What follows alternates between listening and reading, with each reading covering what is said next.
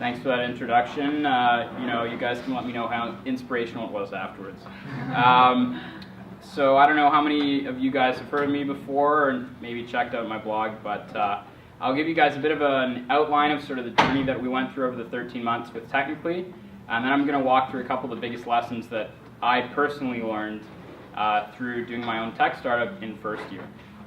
So in terms of the story, it goes back to September of 2013. I reconnected with my childhood pal Brandon, and we went to Startup Weekend at Combinator, and I was pretty skeptical at first, like 54 hours to build something, that sounds like a lot of work. I need to put aside time to work on BU 111 and stuff.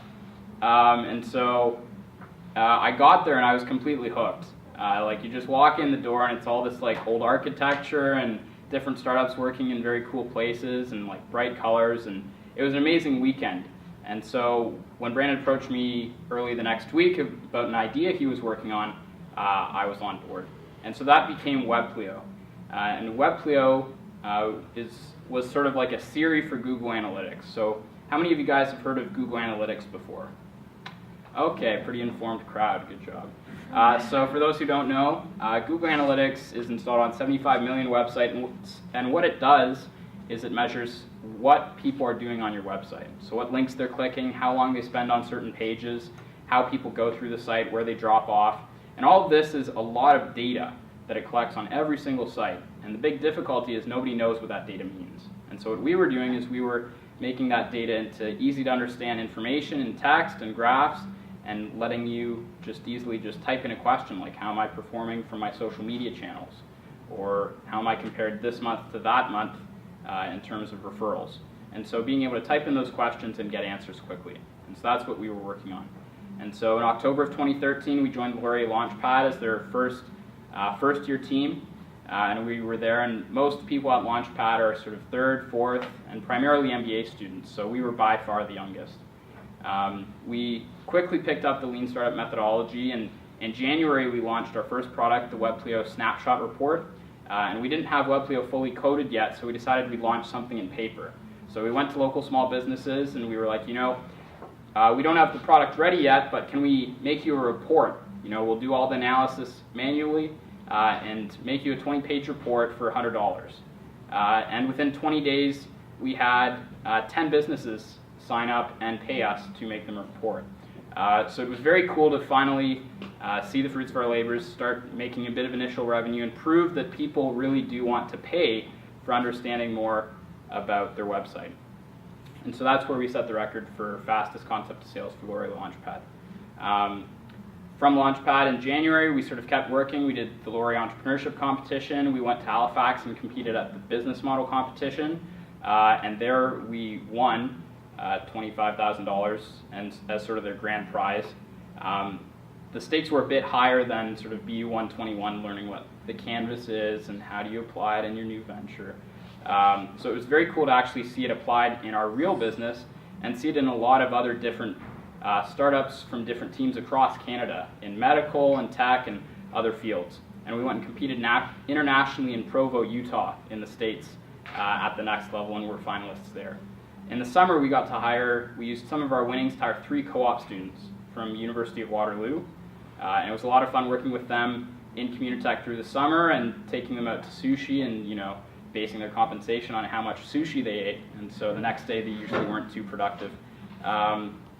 We applied for Google for Entrepreneurs at Combinator and got in as one of 5 companies from across Canada. And then through the fall, we deferred our classes and worked full-time. So we launched WebPlio to initial users. We had over 200 signups in the first 3 weeks, including the Yale School of Management, among others. And we also applied for Y Combinator. So Y Combinator, have you guys heard of that before? Yeah, a couple nodding heads. So Dropbox, Airbnb, pretty much most of the major tech startups that you've heard of or that have started in the past decade all have Y Combinator in common. So it's a 3-month accelerator program. They give you about $120,000. You're in the valley for 3 months working hard, and then usually a lot of those companies take off. And so we applied for this winter batch. 5,500 startups applied. They only invited the top 5% to interview in the valley, and we were asked to interview. So that was a lot of fun to fly to Mountain View, California, figure out how to get there, take the train, and then interview with these sort of top investment judges for WebClio. Sam Altman, president of Y Combinator; Jessica Livingston, founder of Y Combinator; Trevor Blackwell, founder; Sean Levy and this other partner, who again sort of top in their field. So going through all of that, the presentations, everything, really forces you to get a good idea of what your idea is and sort of how do you convey that very concisely. We didn't get into YC. We came back and reevaluated a lot of things and found there were certain issues that we just weren't going to be able to solve. And so it's a tough decision, but we made the right decision to kind of call it, really value what we'd learned, and head back to school. So both Brandon and I are now back in classes. He's here at Laurier, and I'm taking a couple classes at University of Waterloo. So I'll start going through now sort of some of the key lessons that I've learned. And the first one is sort of two things I realized about people. The first is that everybody's just human. There aren't any sort of startup gods or superheroes. Definitely sort of in Communitech and sort of working in that environment, you see these sort of successful entrepreneurs and CEOs and read about sort of founders of Dropbox and all these other companies, and you're like, wow. Like, were they born with that ability, or did they grow into it, or what do they have that inherently is letting them be successful? And as I met more of them and got to travel to the Valley and met Sam Altman and others, you realize really quickly that everybody's just human. They're still just as approachable and friendly, and there isn't anything inherent that they have that is making them successful. It's a lot of hard work, it's a bit of luck and taking advantage of opportunities, but it's very freeing to know that it is a level playing field, and we can all get there. Just takes hard work and making sure that you're ready for those opportunities that come. Another thing that I realized is that a lot of people don't know what they're talking about. Through Launchpad and other programs, we obviously were set up with mentors and got to meet different sort of potential investors and advisors. And so you think that these people, they're in positions of sort of power and authority that, you know, they must know what they're talking about. But you quickly realize that they don't. Not everybody does.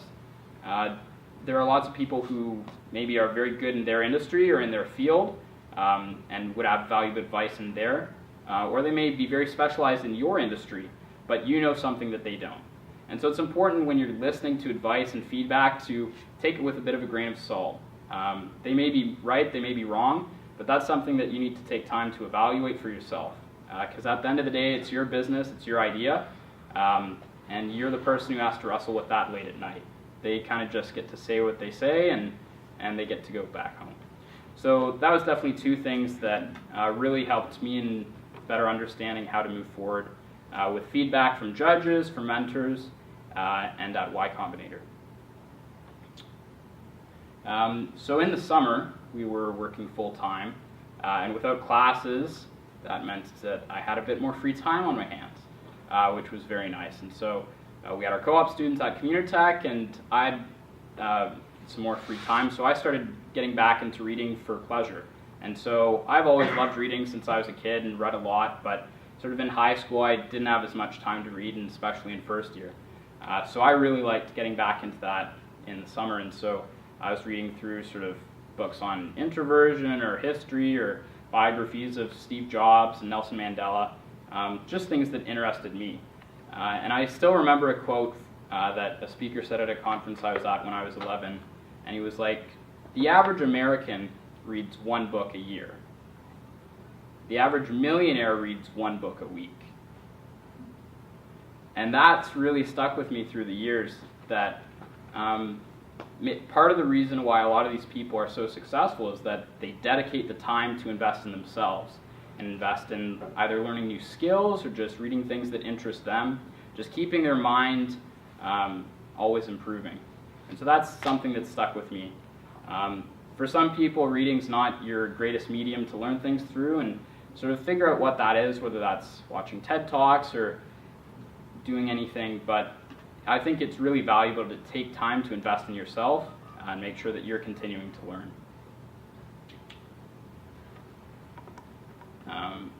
I read an interesting book a couple years ago called Courageous Leadership. It was by Bill Hybels. He's a famous pastor in the States. And the real interesting thing he did is he integrated corporate management tactics into a church environment in terms of how do you lead sort of a big team of people to do wild things. And so the church has sort of thousands of people attending it. So like any corporation, it's a lot of management. And sort of he successfully showed that a lot of these tactics work really well in that environment. And the really interesting concept that he described is 360-degree leadership. So when I thought about leadership, and I'm sure some of you guys as well, we think sort of traditional leadership. You know, you're managing a team, you're leading people on the team, setting out the vision, establishing goals, milestones, and tracking to make sure that we reach them. And so that's leading people below you. But what Bill talks about is that there's a lot, the rest of the 360 degrees that we're forgetting about. What about leading your peers? So leading people beside you. For me, I've definitely enjoyed sort of in close friendships or with peers, leading a bit by example, but also sometimes just giving honest feedback. And I've really valued when people give honest feedback to me. And so leading your peers is another one, sort of leading people beside you. There's also leading people above you, sort of your boss or manager. And that one definitely takes a bit more nuance because, you know, you don't want to get fired or kicked off the team or whatever. But leading by example and showing that you can be responsible with what you have under you and show that there could be a different way of managing in terms of whether they have different negotiation tactics or sort of yelling at the team, just showing that there could be a different way. So there's leading people below you, leading people beside you, leading people above you. But the one that really hit home for me is leading yourself. And so for me, that is kind of taking time to reflect on sort of who you are right now, what maybe weaknesses you have, blind spots, and discovering where do you want to be, and sort of how do you negotiate maybe improving on those areas. And in the summer when I was working full-time, I really realized that I got distracted a lot, and I wasn't really that productive. And working beside Brandon, I don't know, some of you guys know Brandon, but you know, he plugs in and he just gets shit done. And that was really intimidating for me because you know, I felt guilty, like, man, like, he just blew through all these tasks and I'm, you know, still on Facebook. So it definitely, like, took sort of the entire summer to keep kind of drilling myself and get the glares from Brandon, but I realized that, you know, you put your mind to it and you start to go on Facebook less, and you start to just stay focused for maybe 5 minutes at a time, then 10 minutes, and 20 minutes. But that's one area that I really kind of focused on, sort of leading myself, because I know when I was leading a team and we saw our developers getting a bit distracted, it was definitely frustrating, but I knew that I wasn't from any position that I could necessarily comment because I was struggling with that myself. And so taking time to reflect on who you are, where you want to be, and how are you going to get yourself there deliberately day by day. Listening to our story, failure is very apparent sort of near the end of the story, but for me one of the big times other than Y Combinator was actually the Laurie Entrepreneurship Competition. And for us, we felt pretty good going in. We liked our slides. I was like, you know, we're pretty well prepped. We went up there, I think we were near the end, and I knew the competition that we had, and I was like, you know, we laid it down. Like, we did a great job. So I didn't only expect sort of top 3. I expected pretty much number 1. And so we got 3rd place. And a lot of people would be happy with that, but I went in there sort of thinking that we were going to be number 1. And so for me, the first reaction I had was, what did we do wrong? What did we do wrong to warrant 3rd place? Was there an area of the business we hadn't thought through? Like, what did we miss? And the thing I realized is that sometimes you could have done everything right, but it'll be the judges having sort of something that they want to show. Life isn't fair sometimes, and it's important not to beat yourself up about it, thinking if you'd done something different, it would have ended up in your favor. And so that's one aspect of dealing with failure that I've had to learn. The other is for Y Combinator. And so with Y Combinator, the way that they do the interviews is they have 4 days of interviews.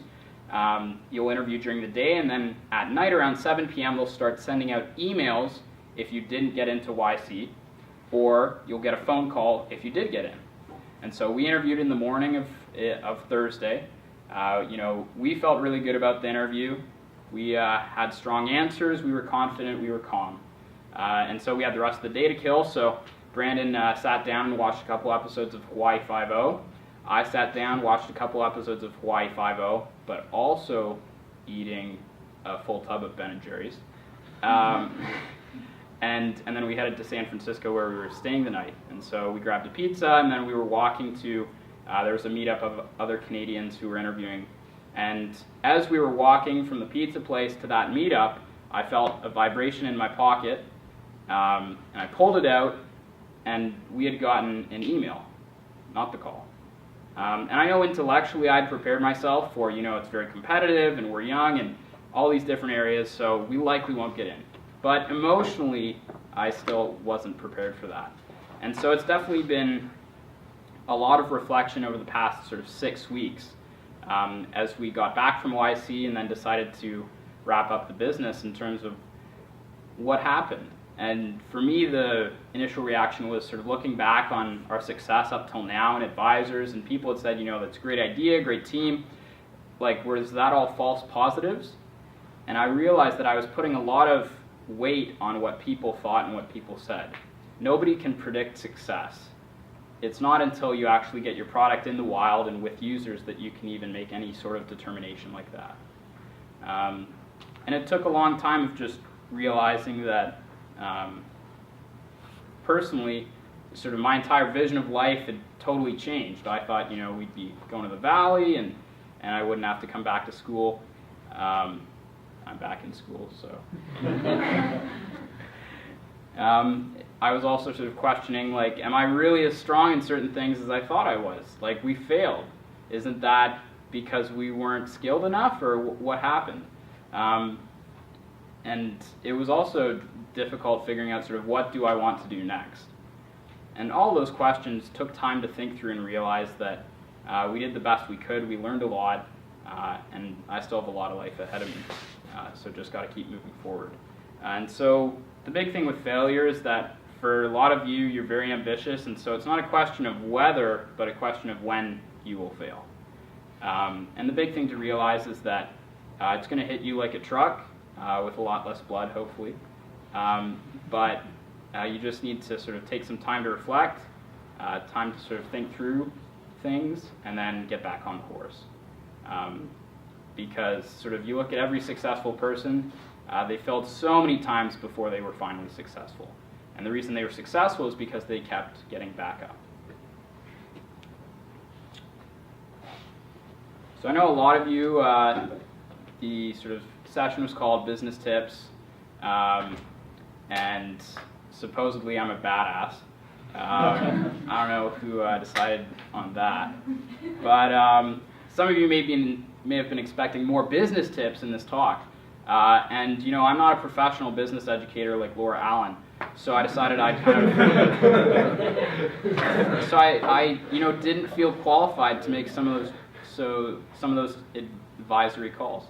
But I will give you a couple of resources that fundamentally sort of educated me on tech startups and changed how I looked moving forward. The first one is definitely all the essays online by Paul Graham. He's the founder of Y Combinator. He has dozens of essays that you can find on his blog that work through every aspect of sort of early stage startups. Sort of how you evaluate an idea, how do you manage a team, what things you really should prioritize early on. And that really helped us stay focused on the things that mattered. Another thing was a book on venture capital by, I think, Brad Feld. I'll post a link in the event after, but it's a short book, about 200 pages, but it really works through all the necessary financial documents and instruments that you should understand going into startups in terms of debt-based financing, term sheets, what to look for. We didn't end up taking any investment, but it certainly helped knowing those things. 1, 2, 1, 2, what's happening, boy? I done been through a whole lot. Tried tribulation, but I know God. The devil wanna put me in a bow tie. Pray that the holy water don't go dry, yeah, yeah.